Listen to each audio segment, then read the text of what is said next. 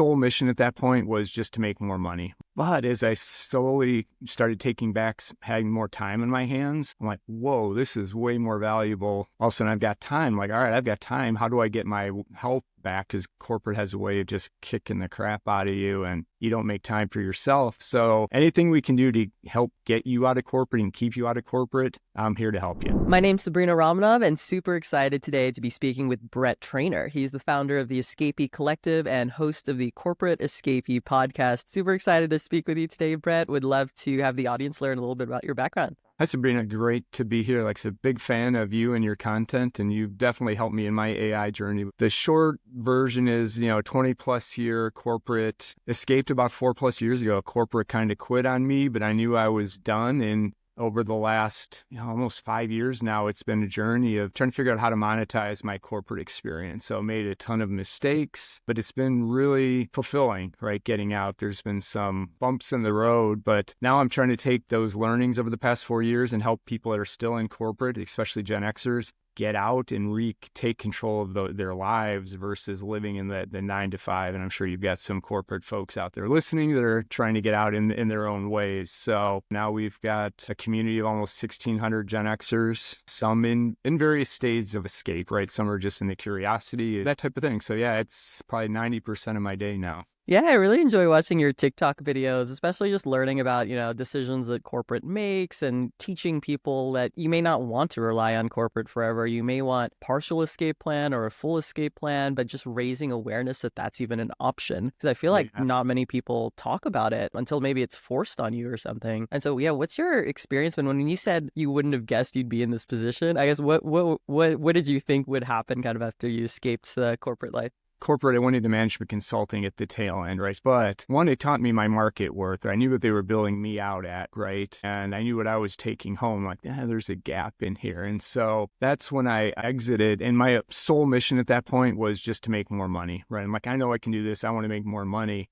But as I slowly started taking back, having more time in my hands, I'm like, whoa, this is way more valuable. Not that the money's not important, but all of a sudden I've got time. Like, all right, I've got time. How do I get my health back in order? Because corporate has a way of just kicking the crap out of you and you don't make time for yourself. So my mission really kind of changed from just pure income, make more money, to finding that balance. There's a line in Shawshank Redemption where it says, get busy living or get busy dying, right? And part of where I really started to figure out, I started living my life again around kind of my terms versus the corporate terms. So that's when, to be honest with you, when I started the Escapee, the first 6 months, like last year, was crickets. So I was thinking, am I really the only person that cares and wants and knows there's got to be something better out there? But then you had mentioned TikTok, and TikTok fundamentally changed my life as far as what I'm focused on, because I found a world of folks out there, Gen Xers, that were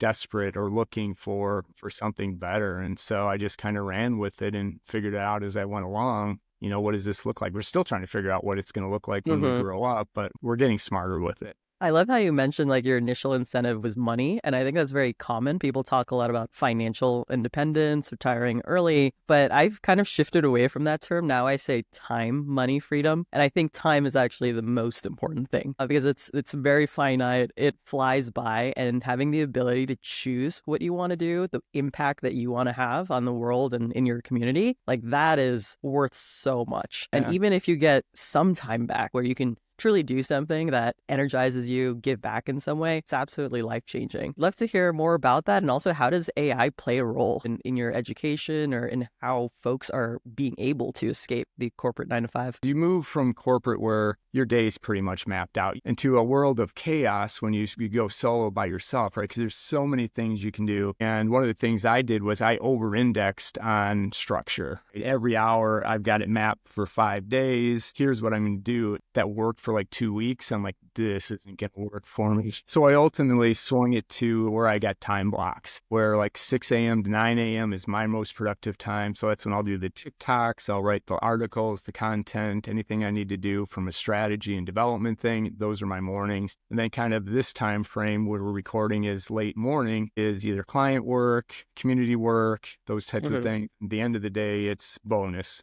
right? I'll do the emails, whatever else I have to do. But where I've slowly become much more efficient is with AI. Originally, it was just, hey, help me edit this, right? Because I'm super wordy and I just needed a check and balance with AI to put something. So I started feeding it all my podcasts. I started it feeding everything else. So it really got knew me better than probably I knew me.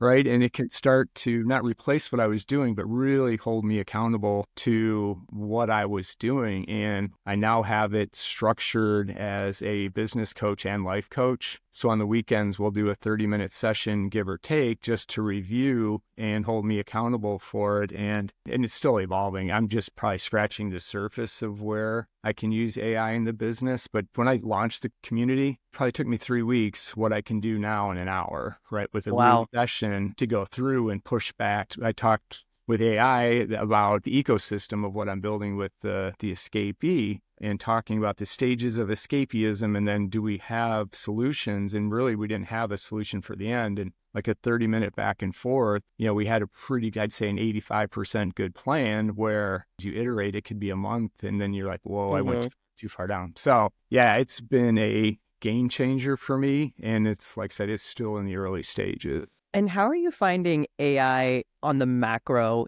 impact corporate escapism? Do you find it accelerating it like out of fear or more out of opportunity? Like people are saying, wow, with AI, now I can actually build my own business solo without having to hire a big team or raise a bunch of venture funding. I was surprised. I don't know if about fear because GenXers were kind of like, do I want to do this or not do this? And I'll figure out a way around it. But the number of people in the community that are actually using some version of AI with what they're doing is large, kind of surprised. So I think people, at least Gen Xers, understand the power of it and trying to figure out how to unlock, right? Because we don't need a team, right? We can get by with very specific tools and functions to do this. Because one of the beauty of being an escapee is it's a solo business. I mean, you can go buy a business, you can do other things, but I talk a lot about monetizing your corporate experience, whether that's consulting, fractional leadership, creating a small agency, provide service, whatever you want to do for it. But having this tool to help you as a solo business, it's almost like a co-founder when you didn't even know you needed a co-founder, if that makes sense. Yeah, and I imagine for Gen Xers, because you have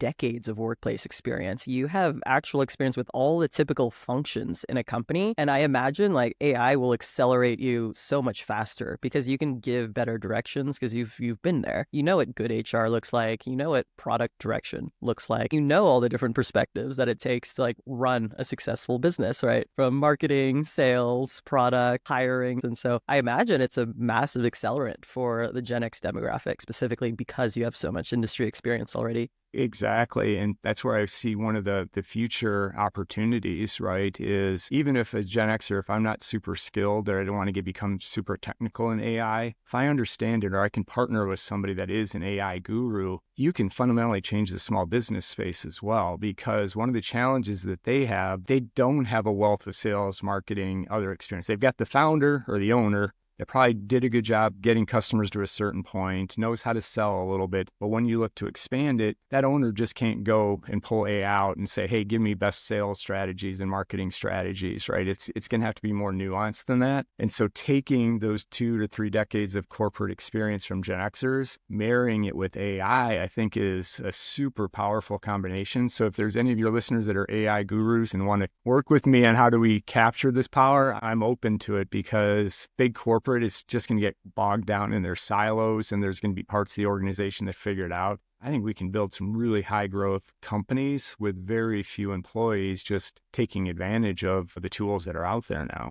Absolutely. And I'd love for you to share with the audience, because I'm sure I have many followers who are interested in escaping corporate. What are the stages you mentioned? You made a list earlier, like starting an agency, doing consulting. Can you kind of like lay out what some of the real options are? Because I know a lot of people listening, want to do their own thing. So what are some tangible paths that they could take? And maybe if you could differentiate between people who are earlier on in their careers, did those paths look different from the paths you recommend for a Gen Xer who has has a lot more career experience? Well, first I'll hit what I think are the 4 stages of Escapee. The first one is curious, right? Those are the people I hit on TikTok. I didn't know there was life after corporate. Then there's the interested, like, I think I could do this, but I'm not sure. Do I want to do this? Then the exciting part is the all in. They're like, I'm drinking the Kool-Aid. I get it. I want to figure this out and make this happen. And they're gung-ho. They're consuming resources across the board, trying to figure out how they get out. And then the fourth is what I would call the established escapees, right? They've been out for a few years. They've kind of got it figured out, but there's ways to do it better. And again, optimize. How do I get more time back, make more money, stop trading time, all that good stuff. And so again, ideally you get to the mature, established, and then it's just, how do I make things a little bit better? But I think as far as opportunity, corporate quit on me. I was kind of done with it. So it was mutual. I didn't have a plan. And so hindsight, I would have definitely had a little bit more of a strategy leaving it. I figured I could consult because I was doing a lot of the sourcing of the consulting deals and closing. So I figured I could do that. But over the course, I realized that's not what I want to do. But that wasn't your question. So back to it, I think small businesses have been hungry for experience, but they can't afford it. Unless you're in a VC that's got operators that can come in and help these startups that raised a ton of money. But 99% of the businesses don't raise money. So how do they get access to somebody that was a VP of sales at a high growth SaaS company? They don't. They can't afford it. But with Fractional, now all of a sudden they do have access to one of these executives on a part-time basis. I like to take it even further back. And so if you're listening to this, think about the problem that you're solving in corporate today. It could be CRM, it could be data, it could be finance. I don't care what your job is. You're solving a specific problem. Think about how you could solve that problem for a small business, because they're going to have that. And the one thing I caution everybody, if you've been in big corporate for a while, small businesses need the foundational help. They need the basics, the blocking and the tackling and the setting things up. And I think the easiest way to do that is to productize a service and say, like I said, if you're a CRM person on a monthly basis, you could charge a service where you'll come in and clean all the data, whatever that looks like, have a 1-hour meeting with the sales team or marketing team, whoever's responsible for the day, and you charge $4,000 per month. And it's just repeatable, those types of things. Because one of the clear paths is fractional leadership, which I know you're familiar with. But you can't do that while you're still in corporate, right? There's just too many hours. There's no reason why you can't set up a service to small business and position it as giving back to the small business community, so your company can't say it's a conflict of interest type of thing. I know that's a huge worry with a lot of folks. And you could do it for free if you want, or as a mentor to these small businesses. And even if you just want to get started with content, even if you're not going to start selling, just share all the lessons that you've learned in your business world, but target towards your audience, the small business audience. Say, hey, if I was starting a small business, here's the 10 things that I would focus on in this area.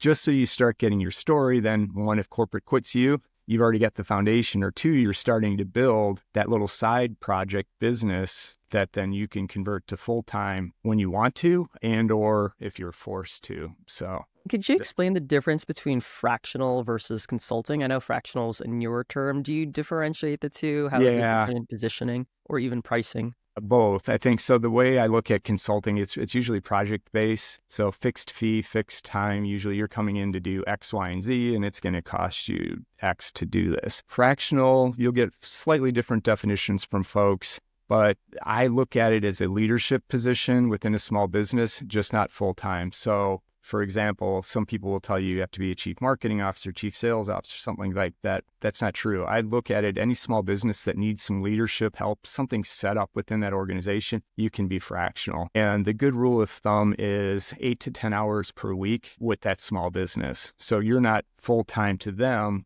but they may not need a full-time position yet, right? So you're providing the strategy, the leadership, some oversight within that. So you become a part of that team. And the beauty of it is, if you can get these roles, is they cut out all the other crap, because they're paying you pretty good money to do this. So they're not going to include you any of the non-value add type meetings or the non-value add type projects. So it's a really great transition. It's just a little bit harder to find small businesses, one, that know what fractional is, two, if they need fractional, and three, sell them on the value, which is absolutely there. That's why I go back to, what is that problem you're solving? And there's multiple ways you can do it to help that business, from a few hours a month to all the way up until fractional. So I think if you take the approach as a problem solver that you're charging a fee for versus a product that you're selling, it's a much easier transition, at least mentally it is. Okay, so to recap, so we talked about fractional consulting as well as content. I obviously like content. I encourage that for a lot of folks just to even figure out what it is they like and to find their voice, because it takes quite a bit of reps, like quite a bit of content production until you kind of figure out what it is you want to say, what niche you want to focus on. I wanted to ask though, for many people who are kind of hesitant to jump in,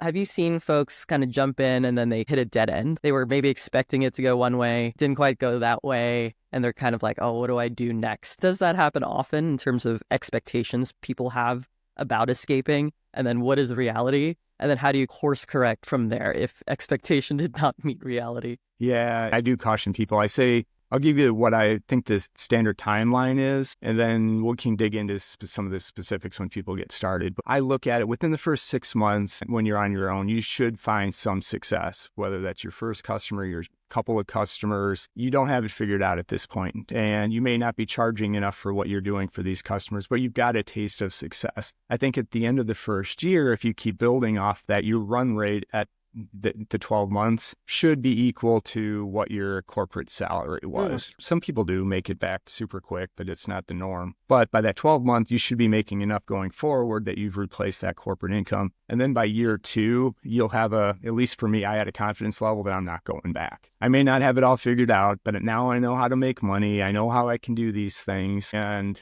I may pivot, which I pivoted probably 6 or 7 times over the course. But I know that I'm not coming back into corporate. So I think it's people, I don't know if they have a false sense of what they can expect, but we also do a lot of the wrong things early on, or we get hung up on the wrong pieces. It's just a matter of sticking to your conviction. And you would think that extroverts would be the favored in this, but it's not the case. And some of our most successful early escapees are introverts, right? They don't necessarily like the networking or some of the content, these things, but they've figured out how to do it the most efficiently and most effectively. So if you're out there and you're an introvert, there's definitely room out here for you. Oh, I love that. And I imagine having a community or being part of a community might help stabilize some of the highs and lows, and just having real world examples of people to talk to. Could you talk more about the community? How is it helping folks? How is it structured? And how can listeners potentially join the community if they're interested in escaping corporate? Yeah. It's funny. When I left, I don't think I told anybody for like 2 years that I left corporate. That was the biggest mistake I made, right? Because it's not like I was protecting anything. Just maybe it was more the fear that he's going out on his own. What is he doing? He's not starting a company. So I couldn't tell you what my mindset, why. And it's really support, right? That's the one thing that I found is it's just a positive place. I don't know if we've been lucky, and I'm sure there's a few folks that are negative, but we just don't attract that into these. I think you said we've almost got 1,600 people in here now and across big companies, but just having one, to know you're not going through this alone. 2, there's somebody else out there with you at the exact same stage. But what I found is if in your sphere, you've got somebody just behind you, right? So you're kind of leading that person, somebody you're going through the exact same journey, you're at the same stage, and somebody slightly ahead of you, so you're always learning, is perfect. And that's where I think this community comes in handy, because we do have people that are like still not sold that they can jump out of corporate. Yeah, I was going to ask that. Is it open to folks who haven't decided, just want to learn more? Yeah, and that's what I said. The education's free. Come on in, right? And if you come in for a couple months and see, you're still welcome to come back whenever, because we know everybody's journey is different and take you a little bit of time, and we'll get smarter and provide better tools. And one of the things that we're really focused on for this year is the educational piece for the curious escapees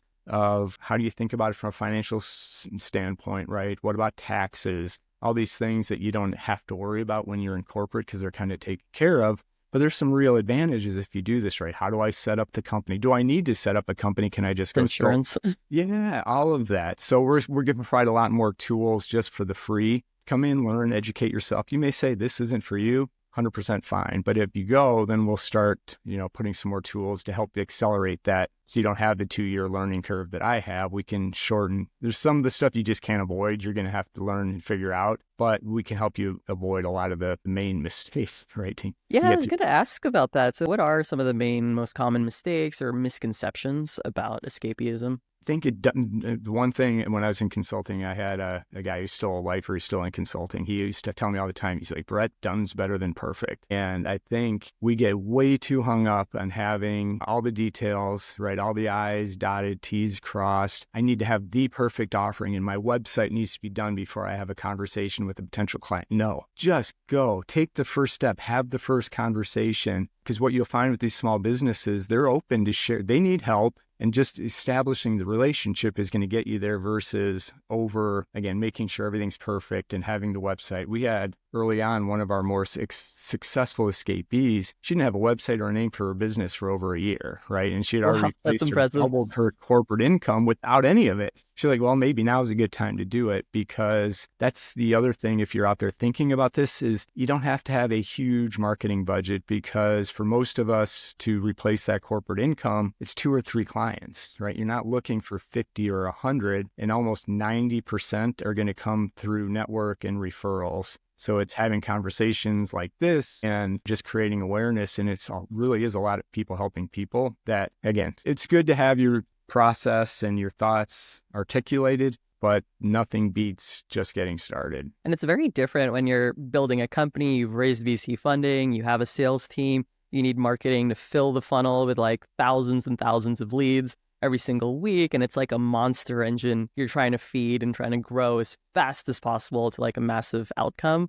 But when you're talking about just being solo, a couple $100,000 per year in annual income is plenty. It's a very different mental model, because most people in corporate are used to that idea of like the big machine we have to feed all the time, nonstop. And that's just not the case when you're talking about going solo, working for yourself, as you said, just finding a couple really good clients that are long-term. And then they'll refer you into a couple of others. And all of a sudden you've got it's like networking with intention. I just had something on the podcast not too long ago, and it's smart.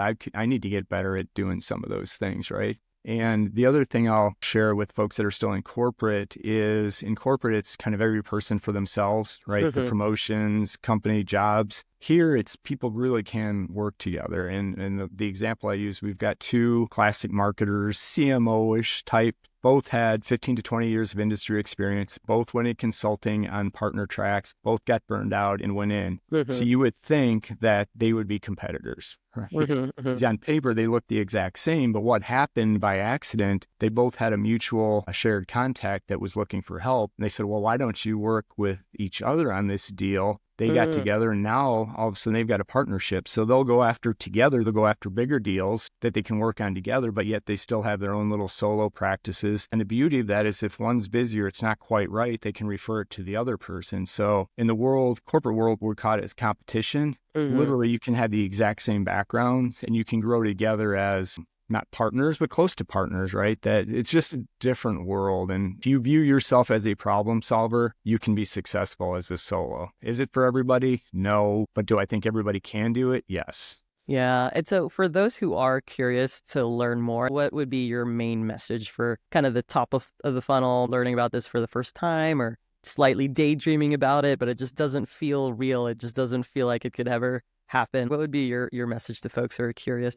Yeah, educate yourself, right? Because I'm trying to help everybody get out of corporate. But if there's a specific path, for example, like if you do want to pursue fractional or if you want to pursue consulting, there's communities that are focused specifically on those pathways. And I'm more than happy to introduce people into that. I'm happy to have conversations with folks. What really started this was I was offering free 20-minute strategy sessions with GenXers to say, hey, is life outside of corporate? I didn't have any offerings. I didn't have any, but I had like 300 people sign up to have this conversation. And that's really how the community started, because I just wanted to house these folks so I could have future conversations with people, and it grew. Again, I won't sell you anything. If you want to stop by the community or connect with me on LinkedIn, I'm happy to have conversations with anyone right now and just, try to get this message out. One last thing I'll mention, when I first started, almost all of my messaging was replace your corporate income through monetizing your corporate experience. But what I'm finding a lot of, and even the path I am now, is the coaching and the teaching. Almost all these GenXers that have started their monetization process also have some followers coming along in a different path, and they almost enjoy that more than the monetization work, if you will. And so their passion now is starting to grow out these mini communities. So I was surprised. I didn't realize that was my calling, if you want to outline it that way. But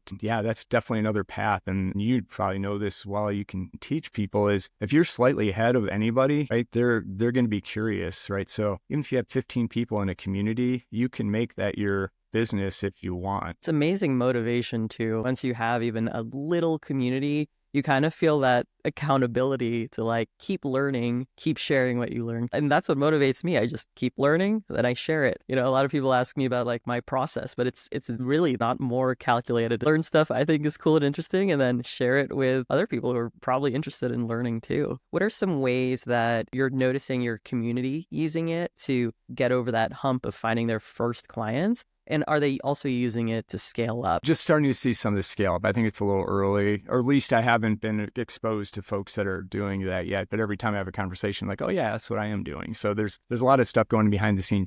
I think it starts with the content first, helping with content. But where I'm starting to, again, teach, where I'm learning it is the advisory. What's the thought partner, somebody that can challenge, kind of your co-founder, if you will, on strategy, I guess, is the biggest one, and tactics. And then research. I use ChatGPT, the Pro, for most of my one-on-one and bouncing ideas off. But I use Perplexity if I have to go a little bit deeper into stats and make sure that it is providing the right stats for me as I want to do some of the research into these marketplaces. And so I think those are the first two places people are going. And again, this isn't where Zapier was a number of years ago. It just fundamentally makes sense. But I never was that person to technically understand it. So it can be, I'm probably more advanced now in AI and I'm still up in the newbie range of this, but being able to take something like a Zapier with AI and just build process and organization around it is where I think that's the next step. So I see some of our process folks that have been focused on Notion,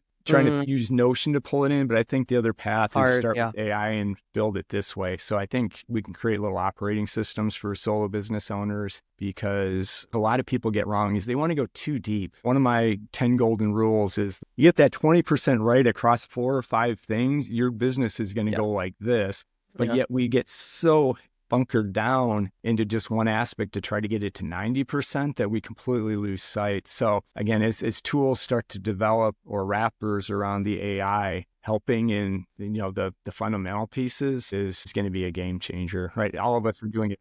That's really funny you mentioned workflow automations, because my last newsletter, I put a poll at the top asking, what kinds of like gifts or rewards would incentivize readers to share my newsletter? And it wasn't even close. Number one was AI automation blueprints. So there you go. Yeah, I think it's like right. Hundreds of people want automation blueprints for their small business, figure out how to automate tedious processes. And it's one of those things where I think the education around that area has matured. Everyone's kind of heard of Zapier or Make or a similar platform, and you kind of know that it can automate a bunch of stuff, but there's still a really big gap. Like the average business owner is already way too busy to sit down there and like fiddle around with Make automations and like build them from scratch. They kind of just want like a plug and play system or someone else to architect everything so that it's custom fit for their business, but it automates like all of these key processes. And so I see a massive opportunity there. And it was just funny you mentioned that, because I just saw the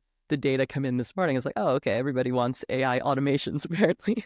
It's true, because I think there's a whole service industry around this, right? Where even if you want 10 or 20 solopreneurs, escapees, whatever you want to call them, to help do that, right? Because as I'm looking to automate more, so I want to do this weekly session with my new life coach as I review everything, but I can't figure out how to make the reach out to me on Saturday morning, right? I've still got to remember and put in my calendar. So I'm just using it as a micro example of where if somebody can come in and not build a one-size-fits-all platform, but be able to provide a service that, hey, give me office hours on a weekly or a monthly basis to say, hey, I want to integrate my AI with my calendar, maybe with email, these 5 things, come in and help me do this. I'll pay you a retainer to do X, Y, and Z. Again, you're probably not going to build Google or Facebook with it, but you could do this in 30 minutes and charge me for 3 hours of work in the sense of where I'm going to get the benefit from it. And you get 5 or 6 accounts, all of a sudden you can do. So I think, can GenX do this? Absolutely. There's somebody that wants to take on and learn AI, because it seems like it's really far down the road,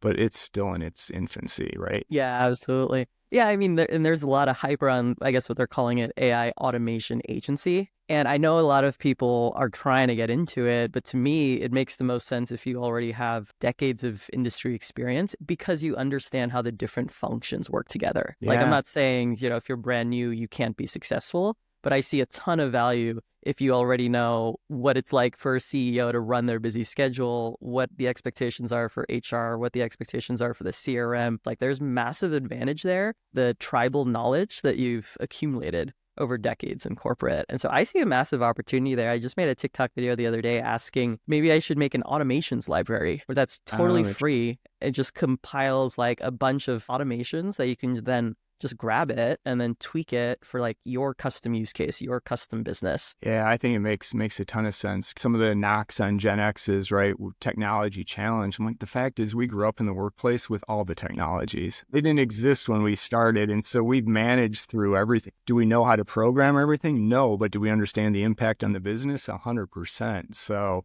that's why I tell Gen X, go take advantage. They said, I think leveraging that expertise that you have, you've earned it. Might as well go cash in on a little bit of it because, Gen Z is not going to have that business experience. Right? Yeah, exactly. I say that all the time. And it's funny because I talk to a lot of tech people as well. And like the thinking is, well, AI is an amazing tool, but you still need expertise to guide it. Right. Yeah. And like that's where Gen X comes in. They have that expertise. I think it's from two different sources that by 2027, like 50% of the workforce is going to be solo businesses. Really? Right? Wow. So we're going to be responsible for not as an employee anymore, but as that business. So how do we get more time back? Right? The money will come if I do the other stuff right. But if I can work 8 hours a day or whatever it is, whatever I want to put into it versus what I need to is a game changer. Yeah, I love that. I love your mission, seriously. I love seeing your TikToks pop up. I think you're doing an amazing job and you're helping a lot of people. A lot of people I know are feeling stuck. I'm a millennial, I'm mid-30s, but I'm seeing it in my demographic, in my friend group as well. Just people wondering if there's another path, right? And maybe they don't completely switch corp. Maybe they just go to a smaller company, whatever that looks like, but escaping from something where you're not fulfilled and you're entirely dependent on income. Maybe just to close off on that, the different generations, right? I wrote a piece. We'll see if anybody picks it up on, one of the things that fundamentally changed in corporate was the pensions, right? And Gen Z, you may have millennials, like, what the hell's a pension? Believe it or not, corporate used to pay, right? If you worked there for 15, 20 years, for the rest of your life, you're guaranteed a salary, right? Which again, if in corporate, that makes sense. Us as Gen X, we followed the boomers into the corporate world, but really a clear understanding of how we were going to pay the bills at the end of when that clock ran out. And we so, well, you got the 401k, you can manage it yourself. It's a benefit. No, because that's a fixed amount. So if the average American Gen Xer has 600k, which I think is high for a 401k, I live another 30 years. I got to make that 600k last 30. That's not very much. So to your point on millennials, I think they followed Xers into it, but they're more skeptical, right? They're already seeing like this end game isn't going to work out very well. And Gen Z is like, it's a transaction, right? If I'm going to work for this company, you're going to pay me. I'm doing 8 hours. I really don't want to come into the office, but pay. So I think they've got it kind of figured out. And now as Gen Xers, we're trying to figure out how do we make not the last stand, but take care of ourselves where we just didn't. It sounds a little morbid, but it's true. I mean, good healthcare and those types of things. Yeah, we could be here to healthy 100. So yeah, enough money to live to 100. Most Gen Xers that are in corporate probably don't. And on that note, yeah, where can folks find out more about you or your community? Where can they join? If you search the corporate escapee, you'll probably find some knockoffs on TikTok, so be careful. It's there, but you can find me on LinkedIn and or email is just bt@bretttrainor.com. Check out the podcast, The Corporate Escapee. See if it's right for you. And if you have any questions, feel free to message me. I'm also happy to connect you with other folks. The other one good thing that's been helpful is having 1,600 people. There's somebody else probably close to a position you're in. I can connect you with them and they can share their experience as well. You don't just have to hear it from me. You can hear it from other folks. So anything we can do to help get you out of corporate and keep you out of corporate, I'm here to help you. I love that. Awesome. Thanks so much for joining me on my podcast today, Brett. Thanks, Sabrina. It's always a pleasure.